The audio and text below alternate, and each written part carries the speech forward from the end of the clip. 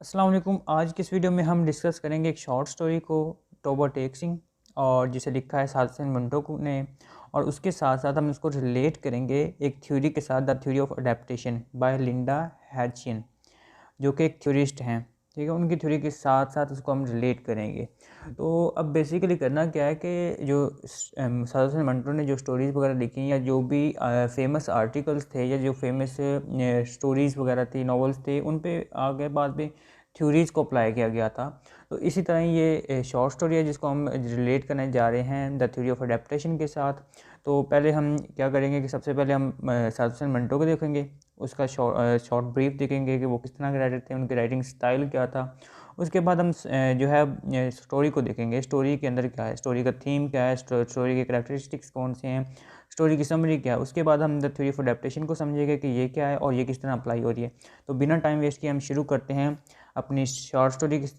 Toba Tek Singh, जिसे लिखा है सादुसेन मंटो ने। इंट्रोडक्शन बात करते हैं हम, सबसे पहले पोइट का इंट्रोडक्शन लेते हैं। तो सादुसेन मंटो जो थे वो 11 मई 1912 में पैदा हुए और वो लुधियाना इंडिया में पैदा हुए। ठीक है, लुधियाना इंडिया में एक इलाका है, एक जगह है जहाँ पे वो पैदा हुए।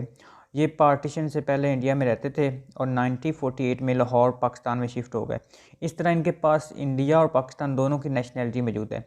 मंटो एक 20th सेंचुरी के famous play writer, novelist, screen writer, essayist और शॉर्ट स्टोरी राइटर थे। उनकी स्टोरीज़ बहुत ज़्यादा फेमस थी। उनकी राइटिंग्स में ड्रामा, नॉन फिक्शन स्टायर, ठीक है, पर्सनल कॉरेस्पॉन्डेंस जैसे जॉनरा शामिल हैं। उनका जो पीरियड ऑफ लिटरेचर है वो 1934 से 1955 तक का है। इस दौरान उन्होंने रिमार्केबल वर्क्स किए। उसके नोटेबल वर्क्स में से टोबा टेक सिंह, ठंडा गोश्त, बू, खोल दो, काली शलवार जैसे जो हैं वो फेमस वर्क्स शामिल हैं। इनके ये रिमार्क। मंटो की डेथ जो है वो 18 जनवरी 1955 में 42 ईयर्स की एज में हो गई और इसे 2012 में ऑर्डर ऑफ एक्सीलेंस के मुताबिक निशान इम्तियाज़ दिया गया, जो कि पाकिस्तान के बड़े अवार्ड्स में से एक है। मंटो ने मेनली उर्दू लैंग्वेज में जो है अपनी राइटिंग्स की। उन्होंने जो है 22 यानी 22 शॉर्ट स्टोरीज़ लिखी, एक नावल और रेडियो प्लेज़ की 5 सीरीज़ भी लिखी। उनके अलावा उनका पर्सनल स्केचेस और एसेस भी कलेक्शन में मंटो के वर्क्स में शामिल हैं।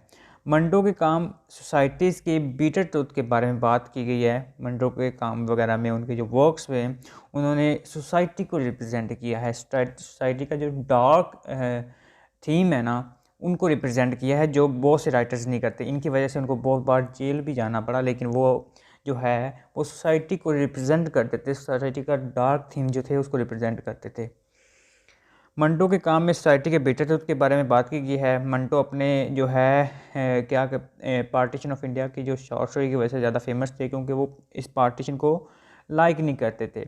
इसे 20th सेंचुरी के फाइनेस्ट उर्दू राइटर के तौर पर एक्नॉलेज किया जाता है। मंटो पर 2 बायोग्राफी फिल्म भी बनी हुई हैं, जिनमें से पहली सरमद कासत ने और दूसरी नंदिता दास ने 2018 में डायरेक्ट की। दो मंटोइस जो है वो पार्टीशन ऑफ इंडिया के अपोज था और इस पार्टीशन को मंटो एक ओवरवेलमिंग ट्रेजिडी के तौर पर देखता है। उसने अपने कैरियर का आगाज़ रशियन राइटर्स के वर्क की ट्रांसलेशन से किया। उसका सबसे पहला वर्क तमाशा था और टोबा टेक सिंह उसका फाइनल वर्क था, आखिरी वर्क था। उसके बाद हम शॉर्ट स्टोरी की तरफ बढ़ते हैं, यानी टोबा टेक सिंह। इसका इंट्रोडक्शन देख लेते हैं। ये शॉर्ट स्टोरी इंडिया की पार्टीशन के 2 या 3 साल के बाद की है। इस स्टोरी को 1955 में पब्लिश किया गया था। ये स्टोरी उस वक़्त की है जब 1947 में पार्टीशन के बाद दोनों कंट्रीज़ यानी इंडिया और पाकिस्तान की गवर्नमेंट ने ये डिसाइड किया कि मुस्लिम और हिंदूज़ को एक्सचेंज किया जाए, मतलब मुस्लिम को इंडिया से पाकिस्तान और हिंदुओं को पाकिस्तान से इंडिया भेजा जाए। तो ये स्टोरी पार्टीशन लिटरेचर में से एक नोटेबल वर्क है। उस यानी कि ना जो लोग थे इंडिया में, पाकिस्तानी लोग थे, उनको पाकिस्तान भेजा जाए और पाकिस्तान में इंडियन लोग थे उनको भेजा जाए, यानी एक्सचेंज प्रोसेस स्टार्ट होने वाला था। तो ये स्टोरी उस बारे में भी है और ये पार्टीशन के दौरान कुछ लिटरेचर लिखा गया। ठीक है, दोनों मुल्कों के राइटर्स की तरफ से, जिसको पार्टीशन लिटरेचर कहा जाता है। तो ये स्टोरी भी उन्हीं वर्क्स में से, उन नोटेबल वर्क्स में से एक स्टोरी है। इसे ओरिजिनली उर्दू में लैंग्वेज में लिखा गया और इसका जो प्लॉट है वो लाहौर में मौजूद एक अस्लाइम है, एक पागल खाना है। इस अस्लाइम में तमाम ल्यूनेटिक्स यानी Muslims, Hindu, Sikhs, Anglo Indians शामिल हैं। ये स्टोरी एक ल्यूनेटिक जो है बिशन सिंह उसके बारे में है, जो कि स्टोरी का प्रोटैगनिस्ट है, जिसका ताल्लुक टोबर टेक सिंह से है। सो ये एक टाउन या जगह का नाम है, किसी इंसान का नाम नहीं है। ये स्टोरी एक पॉलिटिकल स्टायर है और डार्क कॉमेडी है। इसकी पॉपुलैरिटी की वजह से इंग्लिश में दूसरी भी लैंग्वेज में ट्रांसलेट किया गया है, क्योंकि ये स्टोरी जो है वो उस चीज़ को रिप्रेजेंट करती है कि जैसे उस इस्लाम के अंदर की दुनिया है ना, उस तरह ही बाहर की दुनिया है, जिसमें लोगों को एक दूसरे की खबर नहीं है। हर पर्सन जो है वो किस तरह अपनी लाइफ में मगन है, और ये किस तरह जो लोग हैं वो उनके जज्बात को, उनकी फीलिंग्स को नहीं समझते और एक्सचेंज करने पे तुले हुए हैं। तो बिशन सिंह भी इस चीज़ की एग्जाम्पल है, इस स्टोरी का प्रोटैगनिस्ट है। तो अब हम बढ़ते हैं इस समरी की तरफ, इस स्टोरी की समरी की तरफ। तो 14 अगस्त 1947 में पार्टीशन ऑफ इंडिया के 2 या 3 साल बाद जब गवर्नमेंट ने ये फील किया कि तमाम चीज़ों को एक्सचेंज किया जा चुका है, यानी इंडियंस को इंडिया और मुस्लिम्स को जो है वो जो इंडिया में मुसलमान हैं उनको पाकिस्तान, और जो मुसलमानों में मुल्क में यानी पाकिस्तान में इंडियन हैं उनको पाकिस्तान जो है वो उनके मुल्क में भेजा जा चुका है। इवन के जेल्स में मौजूद प्रिजन्स को भी डिवाइड किया जा चुका है। तो फिर उन्होंने ये गवर्नमेंट ने कहा कि जो मेंटल अस्लाइम्स हैं उनमें मौजूद जो इंसेन और मैड्स पीपल हैं उनको भी एक्सचेंज करने का फ़ैसला किया, उनको भी एक्सचेंज किया जाएगा। यानी जो मुस्लिम पागल खाने में इंडिया के इस्लाम में लोग हैं उनको उनकी कंट्री साइड में भेजा जाएगा, उनको उनके मुल्क में भेजा जाएगा। जो हिंदू सिख हैं वो हिंदुस्तान जाना चाहते हैं तो उनको उधर भेजा जाएगा, और वहाँ से मुस्लिम्स लाए जाएंगे, उनको इधर भर्ती किया जाएगा। तो ये चीज़ था। दोनों गवर्नमेंट के दरमियान कहीं कॉन्फ्रेंस हुई और फाइनली इस एक्सचेंज को फाइनली डिसाइड कर लिया गया। इसके बाद पाकिस्तान में मौजूद जितने भी हिंदूज और सिख्स थे इन्होंने पुलिस की कस्टडी में इंडिया पहुँचाया जा चुका था, जबकि इंडिया के इस्लाम में छानबीन शुरू हो चुकी थी। अगर कोई मुस्लिम जिसकी रिलेटिव्स भी वहीं रहते तो इन्हें पाकिस्तान भेज दिया जाता। ठीक है, तो ये चीज़ें वहाँ पे होने लगी थी। जब ये न्यूज़ लाहौर के इस्लाम में पहुँची तो अजीब बातें होने लगी। वहाँ पागल खाने के अंदर ना लोग उस चीज़ को डिस्कस करने लग गए। एक मुस्लिम पागल ने दूसरे से पूछा कि ये पाकिस्तान क्या है। उसने आगे से एक ऐसी जगह है, आगे से क्या जवाब मिला, जहाँ पे क्या है शेविंग ब्लेड्स जो हैं यानी उस्तरे वो बनते हैं। अब बेसिकली इस स्टोरी की स्टार्टिंग में ये कॉमेडी का उन्होंने टिंट को यूज़ कर लिया इस चीज़ को, ये कॉमेडी चीज़ है ना कि वो पाकिस्तान क्या है कि उसने कहा ये उस्तरे बनाने वाली जगह है, और उसने बिलीव भी कर लिया। तो इसका पागल दोस्त पहले के जो है वो आंसर से मुकम्मल तौर पर सेटिस्फाइड हो गया कि वाकई पाकिस्तान वो जगह है जहाँ पर रेज़र बनते हैं। और यहाँ पे ये मंटो ने जो है वो कॉमेडी के डार्क कॉमेडी दिखाई है, कॉमेडी का जो है एलिमेंट यूज़ किया है। इन द सेम वे एक सिख जो ल्यूनेटिक था उसने दूसरे से सिख से पूछा कि हमें हिंदुस्तान क्यों भेजा जा रहा है, मुझे तो वहाँ की लैंग्वेज भी कभी नहीं पता। तो इस सिख ने रिप्लाई किया कि मुझे तो आती है, इंडियन जो हैं वो डेवल की तरह बोलते हैं। उस तरह कुछ पागल वहाँ पे पाकिस्तान जिंदाबाद के स्लोगन्स लगा रहे थे। वहाँ कुछ ऐसे लोग थे जो असल में इंसेन नहीं थे, उनमें से ज़्यादातर मर्डर्स थे। उनके रिलेटिव्स ने हायर ऑफिशियल को ब्राइब देकर उनको फांसी से, ठीक है, हैंग्समैन नोज सज़ाए मौत से बचने के लिए पागल खाने में भेज दिया था। और इन सर्कमस्टांसिस में ज़्यादा तो नहीं पता था, बट उनको इतना पता था कि एक मैन है जिसका नाम मोहम्मद अली है और उसने मुसलमानों के लिए एक अलग मुल्क बनाया है जिसका नाम पाकिस्तान है।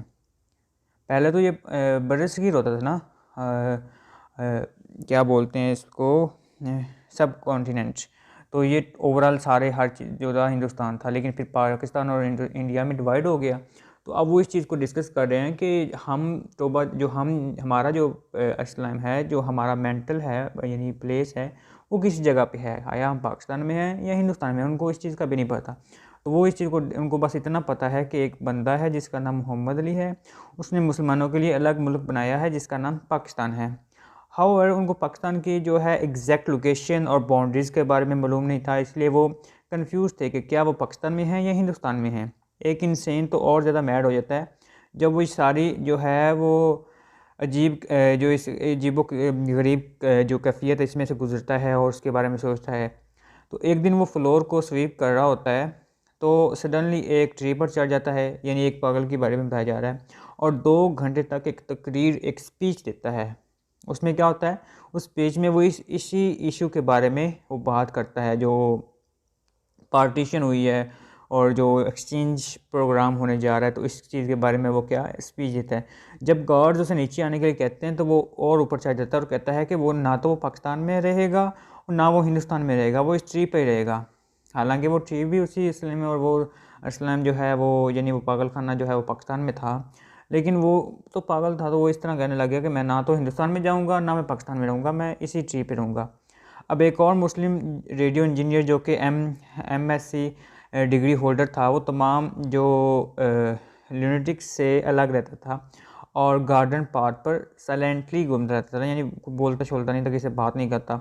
उसमें अचानक से एक चेंज आता है और वो अपने क्लॉथ यानी अपने कपड़े जो हैं वो उतार कर गार्ड्स को देता है और नेकड यानी नंगा घूमने लग जाता है और भागना शुरू कर देता है, रनिंग शुरू कर देता है। इसके अलावा एक फ़ैट मुस्लिम ल्यूनेटिक जो कि चेन्योर से था, जो कि मुस्लिम लीग का एक मेंबर था, एक एनर्जेटिक मेंबर था, उसका नाम मोहम्मद अली था। वो दिन में 15 से 16 दफ़ा शावर लेता था। अचानक उसने अपनी इस हैबिट को ना बाय बाय कर दिया, कट ऑफ कर दिया, छोड़ दिया और सब के सामने ये क्लेम करने लगा कि ये ही मोहम्मद अली है और इसी ने पाकिस्तान बनाया है। यानी उसका नाम मोहम्मद अली था ना, तो वो ये क्लेम करने लगा कि मैंने पाकिस्तान बनाया है, ठीक है, तो मैंने ही ये सब कुछ किया है। इसी को फॉलो करते हुए एक सिख ल्यूनेटिक खुद को मास्टर तारा सिंह कहने लगा। उस सूरत से दोनों के दरमियान ब्लडशेड यानी लड़ाई झगड़ा होने के ख़तरा था, इसलिए दोनों को सेपरेट सेल में भेज दिया गया। वहाँ एक यंग जो था हिंदू लॉयर भी था, जो कि फेलियर ऑफ लव, ठीक है, प्यार में नाकामी की वजह से पागल हुआ था। वो बहुत उदास हो गया जब उसे पता चला कि जो अमृतसर है वो हिंदुस्तान का हिस्सा बन गया है, क्योंकि ये वही जगह थी उसकी जहाँ पे उसकी बिलव्ड रहती थी, जो जिससे वो प्यार करता था, लेकिन प्यार में नाकामी की वजह से वो उसको छोड़ के जाना पड़ा, जिसने उसे रिजेक्ट कर दिया था। इस वजह से तमाम हिंदू और मुसलमान जो लीडर्स को अब्यूज़ कर रहा था जब इन्होंने इस एक्सचेंज के बारे में सुना, क्योंकि उसको लगता था कि जैसे वो शेर है ना, ये तुमसे फ़िलहाल कोई तलब है ना तमन्ना, इस शहर में जैसे तेरा होना ही बहुत है। तो अब वो उसके शहर में रहना चाहता था, ठीक है। अब उसे जब पता चला कि हिंदुस्तान हिस्सा बन गया, तो वो अब मे बी वो वहाँ पे ना जा सके, तो उसको रहना पड़ेगा।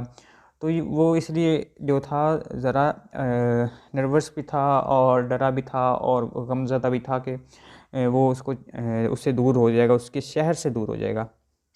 तो वो फिर क्या करता था, उन लीडर्स को अब्यूज़ करता था जिन्होंने एक्सचेंज के बारे में ये सारी चीज़ें जो हैं अमल दरामद इस पर शुरू हुआ था। और सब जो ल्यूनेटिक्स इसको कंसोल करते थे कि वो हिम्मत ना हारे, क्योंकि उसे भी हिंदुस्तान भेजा जाएगा, उसे उस शहर में भेजा जाएगा। मगर वो लाहौर को भी नहीं छोड़ना चाहता था, क्योंकि वो सोचता था कि अमृतसर में उसकी प्रैक्टिस यानी वकील की, क्योंकि वो बताया ना कि वो एक लॉयर था, तो वो वहाँ पे उसकी जो वकील की जो प्रैक्टिस है वो अच्छे से नहीं हो सकेगी, इसलिए वो वहाँ पे लाहौर को नहीं छोड़ना चाह रहा था। यूरोपियन वार्ड में 2 एंग्लो इंडियन ल्यूनेटिक्स भी रहते थे। जब उनको पता चला कि इंडिया के इंडिपेंडेंस के बाद इंग्लिश छोड़ दिया गया, यानी इंग्लिश जो लोग हैं वो चले गए हैं उनको अकेला छोड़ के, तो उन्हें बहुत ज़्यादा शौक़ लगा और वो जो हैं इस वजह से परेशान थे। और यूरोपियन वार्ड के जो ल्यूनेटिक्स यहाँ रहेंगे, हिंदुस्तान भेजे जाएंगे, क्या पता उनको ब्रेकफास्ट मिले ना मिले, वो इस चीज़ के बारे में परेशान थे कि मे बी उनको जो है प्रॉपर ट्रीटमेंट ना मिले, ठीक है। इस्लाम में एक शेख था जो कि पिछले 15 सालों से वहाँ पे रह रहा था। उसकी ज़ुबान पर अजीब सी फ्रेज़ होती थी जो कि किसी की समझ में नहीं आ रही थी। वो ना दिन में सोता था ना ही रात में, और गार्ड्स बताते हैं कि वो क्या करता, बस एक वाल के साथ स्ट्रेट खड़ा रहता था और एक मूवमेंट के लिए भी सोया नहीं था। और वो बहुत बीमार रहता था, सबकी बातों को गौर से सुनता था, सबसे पूछता था कि टोबा टेक सिंह कहाँ है, क्योंकि वो वहाँ का रहने वाला था। और उसकी फ्रेजेस जो कि बिल्कुल ही सेंसलेस थे, वो ये थी, अपर दी गुड गुड अपर दी दाल, पता नहीं इस तरह कुछ है, मुझसे सही प्रोनाउंस नहीं हो रहा, मैं लिख दूंगा शायद आपको उसे समझ आ जाए। अपर दी गुड गुड दी अनारी दी बेदिहाने दी मूंग दी दाल ऑफ गवर्नमेंट ऑफ पाकिस्तान। जब इसको इस पार्टीशन के बारे में पता चला, उसने पार्टीशन के बारे में पूछा जाता था, तो वो जवाब यही जुमला बोलता था कि जो किसी की समझ में नहीं आता था, और सबसे पूछता था कि टोबा टेक सिंह इंडिया में है या पाकिस्तान में है। तो जवाब देने वाले कंफ्यूज हो जाते थे, क्योंकि वो कहते थे कि सियालकोट से पहले इंडिया में था और बाद में पाकिस्तान का हिस्सा बन गया। इस तरह वो सब इसको पार्टीशन से वो बहुत ज़्यादा कंफ्यूज थे, वो सबको ही नहीं पता था कि जो टोबा टेक सिंह है वो कहाँ पे है। उनको क्योंकि बाउंड्रीज़ का नहीं पता था कि पाकिस्तान में क्या क्या इलाके शामिल हैं और इंडिया में क्या क्या इलाके शामिल हैं, तो इस तरह उनको भी खुद कुछ नहीं पता था, तो वो आगे क्या बताते। वो सिख बहुत कम नहाया करता था और बड़ी हुई बियर्ड की वजह से उसका जो फेस बहुत ही हॉरिबल था, लेकिन वो किसी से झगड़ा नहीं करता था। इवन कि वहाँ उसके कुछ ओल्ड फ्रेंड्स भी थे जो कि जानते थे कि वो टोबा टेक सिंह का ज़िम्मेदार और रिच पर्सन है। अचानक उसके रिलेटिव्स उसे असलम जो में छोड़कर चले गए क्योंकि वो इंसेन हो चुका था। उसके रिलेटिव उससे वंस इन अ मंथ यानी एक महीने में एक दिन मिलने आया करते, लेकिन इस पार्टीशन के दौरान उनका आना जाना बंद हो गया था। उस सिख का नाम भीषण सिंह था जो कि स्टोरी का प्रोटोगनिस्ट भी है, और सब उसे टोबा टेक सिंह कहा करते थे। उसे कोई पता नहीं था कि क्या दिन है, कौन सा महीना चल रहा है, लेकिन जब उसके रिलेटिव आते थे तो उसके पहले वो क्या करता था, अच्छे से नहाता था, कपड़े बना जो है इस्त्री वगैरह करके कपड़े साफ़ करके पहनता था और तैयार होकर उनसे मिलता था। उसकी एक बेटी भी थी जो कि बड़ी हो चुकी थी, लेकिन भीषण सिंह उसे पहचानता भी नहीं था। लेकिन उसकी बच्ची को सबको पता था कि वो उसका फादर था। लेकिन उस पार्टीशन के बाद जब जो कोई उससे मिलने नहीं आता था, वो सबसे पूछता था कि टोबा टेक सिंह कहाँ है, लेकिन इसको कोई सेटिस्फैक्ट्री आंसर नहीं मिला। जब उस सब पागलों को ले जाया जाने लगा तो उससे कुछ दिन पहले भीषण सिंह से उसका एक मुस्लिम फ्रेंड मिलने आया जो कि पहले कभी नहीं आया था। उसका नाम फजलुद्दीन था। वो उसे देखकर पीछे हटा, लेकिन गार्ड ने उसे बताया कि ये तुम्हारा दोस्त है, तुमसे मिलने आया है। फजलुद्दीन उसे बताने आया था कि तुम्हारे जो सारे रिलेटिव्स हैं, तुम्हारे जो सारे रिश्तेदार हैं, तुम्हारी बेटी रूप कौर, उन सबको खैरियत से कहाँ भेजा गया, इंडिया में भेज दिया गया है। भीषण सिंह कुछ देर रुककर अपनी बेटी के बारे में सोचने लगा। भीषण सिंह खामोश हुआ था और फजलुद्दीन उसे कहने लगा कि उन्होंने कहा कि तुम्हें मिलकर तुम्हारी खैरियत मालूम कर लूँ। यानी उसके जो रिलेटिव्स थे वो भी फजलुद्दीन के ज़रिए उसकी खैरियत मालूम करना चाह रहे थे। और अब वो कह रहा था कि अब तुम भी हिंदुस्तान जा रहे हो तो अपने रिश्तेदारों को मेरा सलाम कहना, ठीक है, क्योंकि उस दौर में और कोई मीन्स नहीं था और कोई ज़रिया नहीं था इस चीज़ का कम्युनिकेट करने का, सिवाय एक दूसरे के ज़रिए जो पैगाम पहुंचाए जाते हैं।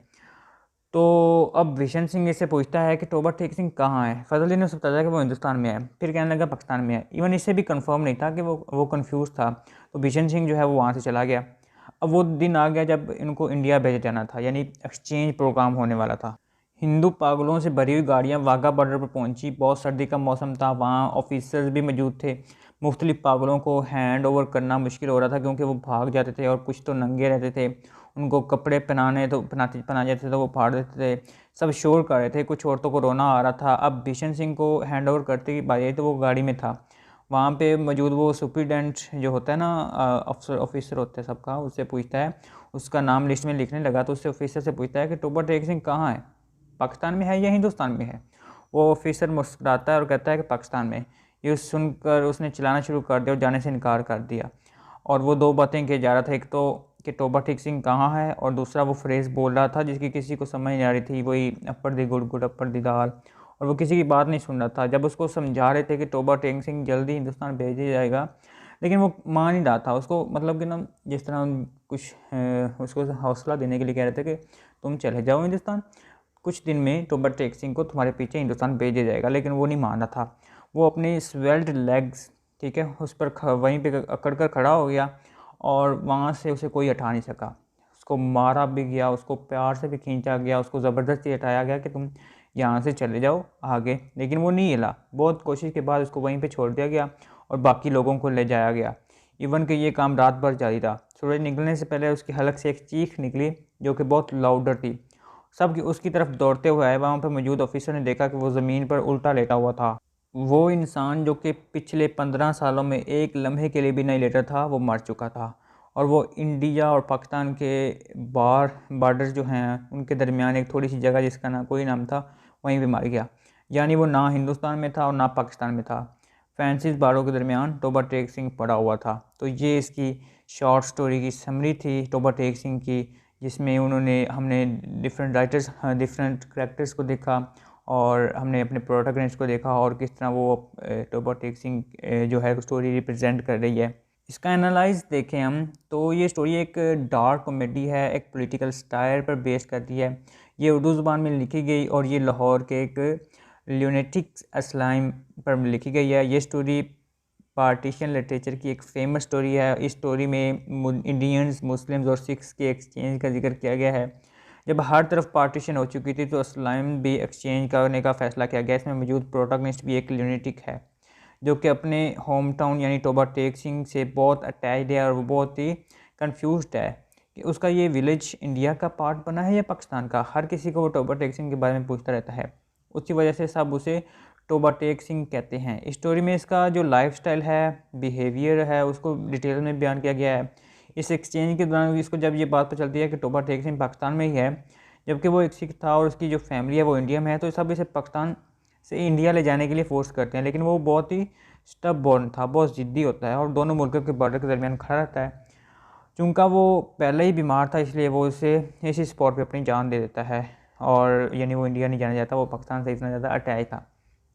इस स्टोरी में मैडनेस को जो है वो मेटाफर के तौर पर इस्तेमाल किया गया है। इसमें अहम बात यह है कि ये बिशन सिंह एक इनसेन पर्सन है क्योंकि वो अपने होम टाउन के बारे में बहुत ज़्यादा कंसर्न होता है। और दूसरी बात इसमें मंटो ने ये कही है कि इस्लाम बाहर की दुनिया के लिए एक मिरर है, क्योंकि वो खुद इस एक्सचेंज और पार्टीशन के सख्त खिलाफ था और वो इसे एक इंसेन एक्ट समझता था, यानी पार्टीशन को, कि इंडिया का पाकिस्तान से अलग होना। और वो कहता था कि पहले ही पागलों को इस तरह मेंटल कन्फ्यूजन में डालना एक सेंसलेस अफेयर है। और ये स्टोरी एक तरह से पॉलिटिकल स्टाइल भी है क्योंकि पॉलिटिशियन सिर्फ अपने फ़ायदे के लिए ये एक्सचेंज का प्रोसेस कर रहे होते हैं, इनको किसी की फीलिंग्स के बारे में कुछ कंसर्न नहीं होता। और ये एक्सचेंज सिर्फ रिलीजियस फेथ की लाइंस पर होता है। मैडनेस को इसलिए मेटाफर किया गया कि ये पागल सच में इंसेन है या फिर आउटसाइड वर्ल्ड ही इंसेन है। इस तरह के बाहर के लोग पागल हैं या ये पागल हैं, क्योंकि ये तो मासूम लोग हैं जो एक चीज़ से इतनी प्यार करते हैं कि उसको छोड़ना चाहते हैं और इतने अटैच होते हैं। और बाहर के लोग जस्ट अपने फ़ायदे के लिए चीज़ों को समझते हैं और उनको कंप्लीट करते हैं। इसमें वो पेन, मेंटल सिचुएशन को एक्सप्लेन किया गया है जो किसी अपने या अपनी कंट्री से सेपरेट होते हुए होती है। उसके अलावा ये भी एक इंसान की आइडेंटिटी है, चेंज हो इसमें क्या है कि एक इंसान की आइडेंटिटी चेंज हो जाती है। उस स्टोरी में मिंटो अपनी लाइफ का भी जो है वो रिफ्लेक्शन, मंटो की लाइफ का स्टोरी में हमें रिफ्लेक्शन नज़र आता है। इस स्टोरी में मंटो ने स्विफ्ट की मॉडेस्ट प्रपोजल को भी टेक्निक के तौर पर एम्प्लॉय किया है, यानी इसने एक सीरियस मामले को एक मॉक सीरियस वे में प्रेजेंट किया है, इसलिए ये नरेटिव टेक्निक यूज़ की है। मंटो की लाइफ से भी ये स्टोरी इस तरह रिलेट करती है कि वो पार्टीशन से अग्री नहीं करता था, क्योंकि वो जो है वो उद्याना के एक छोटे से विलेज में पैदा हुए और पार्टीशन के बाद उसे लाहौर आना पड़ा। लेकिन उसने वापस जाने का फ़ैसला कर लिया। वापस जाकर उसने एक हिंदू फ्रेंड ने उसे कहा था कि अगर वो उसका फ्रेंड ना होता तो वो उसे मार देता। इस इंसिडेंट की वजह से मंटो बहुत हर्ट हुआ। इस वजह से उसे अपनी जो है विल के अगेंस्ट पाकिस्तान दोबारा मूव करना पड़ा। उसके लिए इस पेन को फील करना आसान था, क्योंकि ये लिखते हुए इसे अपनी लाइफ के बारे में याद आया। बॉम्बे से लाहौर आते हुए इसने एक ऐसे लिखा जिसमें इसने अपनी विल के अगेंस्ट हिंदुस्तान आने के बारे में लिखा। इसमें लिखता है कि I lived in Bombay for 12 years and what I am because of those years. Today I find my self living in Pakistan. It is possible that tomorrow I may go to live somewhere. I will carry Bombay with me. तो ये इसकी story का analyse था और मंटो के बारे में था और इसने किस तरह जो है वो स्टोरी लिखी है उसको अपनी लाइफ से रिलेट किया। अब हम इसकी नेक्स्ट बढ़ते हैं थ्योरी की तरफ।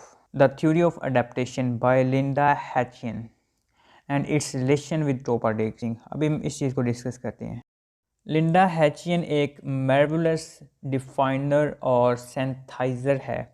लिटरेरी और थ्योरेटिकल लैंडस्केप में उनका किया जाने वाला काम एक ख़ास पोजीशन रखता है। उसने थ्योरी की अडेप्टेशन में जो कि 2006 में प्रेजेंट की थी। स्टोरी टेलिंग एक ऐसा मेथड है जिसके ज़रिए आइडियाज़, टीचिंग्स के आइडियल्स को दूसरे कल्चर्स और लोगों तक पहुंचाना आसान होता है। कॉमन थीम्स को ऑडियंस तक पहुंचाया जाता है, जिसमें शो करना यानी कि थिएटर, फिल्म्स, टीवी बनाना यानी रेडियो, नॉवेल्स और बुक्स वगैरह के ज़रिए बहुत सी स्टोरीज़ और लिसनर को बार बार बताया जाता है, यहाँ तक कि उस कल्चरल लैंडस्केप में उसकी एक स्पेसिफिक जगह बन जाती है। और ये सारा प्रोसेस सिर्फ अडॉप्टेशन के ज़रिए से ही मुमकिन है। अडेप्टेशन कोई न्यू प्रैक्टिस नहीं है। बहुत से प्रोफेशनल यानी authors, writers, director, composer, even के हर प्रोफेशन के लोग मटेरियल किसी न किसी तरीके से अडॉप्ट करते हैं। लिंडा हैचिन की book a theory book of adaptation में अडॉप्टिव प्रोसेस के ज़रिए थ्योरीज़ को एक्सप्लोर किया गया है।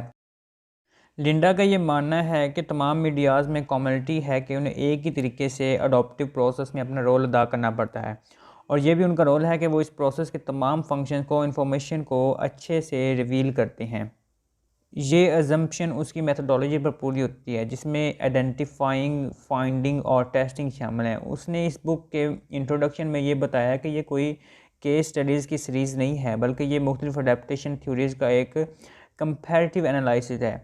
हैचन ने अपने डिस्कशन में इंगेजमेंट के 3 मोड्स को डिफ़ाइन किया है। उनमें स्टेलिंग, शोइंग, इंटरेक्टिव मोड शामिल है, जो कि मूड्स को एक दूसरे तक ट्रांसफर करने के लिए यूज़ किया जाता है। एच ने अडोप्टेशन के 2 वेज में डिस्कस किए हैं, as a product, as a process. Adaptation को अगर प्रोडक्ट के तौर पर देखें तो ये कभी भी एक एग्जैक्ट फॉर्म यानी ओरिजिनल टेक्स्ट में नहीं रहती, क्योंकि ये ट्रांसफ़र होते होते चेंज हो जाती है, लेकिन इसके फंडामेंटल एक जैसे ही रहते हैं। अगर इसे प्रोसेस के लिहाज से देखें तो अडोप्टेशन एक ऐसा मेथड है जो कि कुछ हद तक मॉडिफाई हो जाता है जब हम इसको एक न्यू मीनिंग देने की कोशिश करते हैं। इस तरह प्रीवियस अडोप्टेशन हमारे आगे वाली अडोप्टेशन को अंडरस्टैंड करने में हेल्पफुल होती है। इस बुक में आगे जाकर ये डिस्कस किया जाता है कि कौन इस अडेप्टेशन को गेन करता है, क्यों करता है, और इसको ऑडियंस कैसे तरीके से अडेप्ट करती है। हैचन ये आर्ग्यू करती है कि इस अडेप्टेशन के पीछे असल रीज़न ये है कि ऑडियंस और जो स्कॉलर्स हैं स्टोरी या प्रेजेंटेशन में छुपी हुई लोनेस जो लेयर्स हैं उनको अनकवर कर सकते हैं। हैचन ये डिस्कस करती है कि अडेप्टेशन के कंटेक्स्ट को time, space, place, gender, race और कल्चर के एतबार से रिलेटिव इम्पोर्टेंस दी जाती है। वो अपनी स्टडी को 2 क्वेश्चन के साथ इस तरह कंक्लूड करती है। First, what is not an adaptation. Second, what is appeal for adaptation. Hutcheon की बुक की दूसरी अडोप्टेशन थ्योरी के साथ रिजोनेट किया जाता है, जबकि जैसा कि ब्रेन मिफ्रेंस, रॉबर्ट स्टाम, थॉमस लिच, जूलिस सैडर्स और बहुत सारे, ये तमाम लोग इस बात पर एग्री करते हैं कि आर्ट ऑफ अडोप्टेशन एक कम्प्लेक्स आर्ट है। ओवरऑल हैचन की बुक से जो रीडर्स हैं वो अडोप्टेशन के तमाम एसेंशियल्स के बारे में उनको इंफॉर्मेशन मिल जाती है। मुख्तलिफ एकेडमिक एरियाज जैसे कि म्यूज़िक, ड्रामा, थिएटर और फिल्म्स के जॉनराज इस अडेप्टेशन के लिए इनकॉम्परेट समझाते हैं, जबकि सब जॉनरा में इन रिस्पेक्टिव आर्ट फॉर्म्स के ज़रिए इस थ्योरी ऑफ अडेप्टेशन को अंडरस्टैंड किया जाता है और उसकी रीजनिंग को जो है वो एवेल्यूएट किया जाता है। हैचन के 2 फील्ड्स यानी अडेप्टेशन थ्योरी और फील्ड ऑफ ओपरा में वास्ट नॉलेज हमें हैचन के इंटरेस्ट को समझने के लिए इनफ है। तो ये हैचन की स्टोरी है, ठीक है, हैचियन, लिंडा हैचियन। तो ये उसकी जो थ्योरी है उसके बारे में है कि वो थ्योरी किस चीज़ के बारे में है। उसकी थ्योरी जो है वो हमें ये समझाती है कि हम चीज़ों को जो डीपेस्ट मीनिंग होता है, एक चीज़ का एक ओवरऑल मीनिंग होता है जो नज़र आता है, एक डीपेस्ट मीनिंग होता है जो हमें जो है समझना पड़ता है, जिसके बारे में हमें अपना आर्गू पेश करना पड़ता है। वो कहते हैं कि जो रीडर्स होते हैं, जो स्कॉलर्स होते हैं, वो उस चीज़ को, उन लेयर्स को, उन डीपेस्ट मीनिंग को अनकवर कर सकते हैं। तो मंटो ने भी अपनी स्टोरी जो है उसमें ये चीज़ें उसने ओपनली तो नहीं बताई, लेकिन उसका जो डार्क थीम ऑफ सोसाइटी है उसको अनकवर किया है। आप देख सकते हैं कि जो अंदर के लोग हैं वो कहता है कि वो बेहतर हैं, बजाय इसके कि जो बाहर के लोग हैं। बाहर के लोग अपनी मर्ज़ी के लिए, अपने मुफाद के लिए उनको एक्सचेंज कर रहे हैं, उनकी फीलिंग्स को नहीं समझ रहे।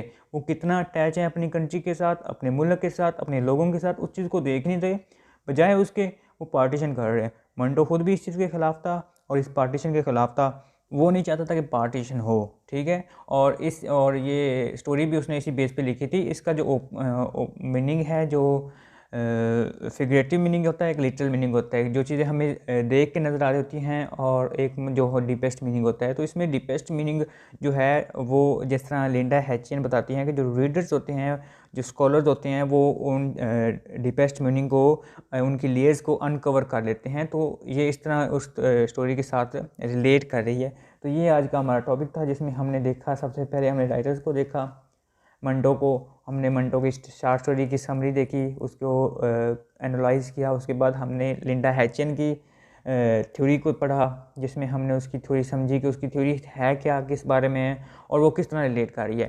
तो ये आज का हमारा टॉपिक था। उम्मीद करता हूँ आपको ये वीडियो पसंद आई होगी। अगर पसंद आई है तो शेयर और लाइक करना मत भूलिएगा। शुक्रिया, अल्लाह हाफिज़।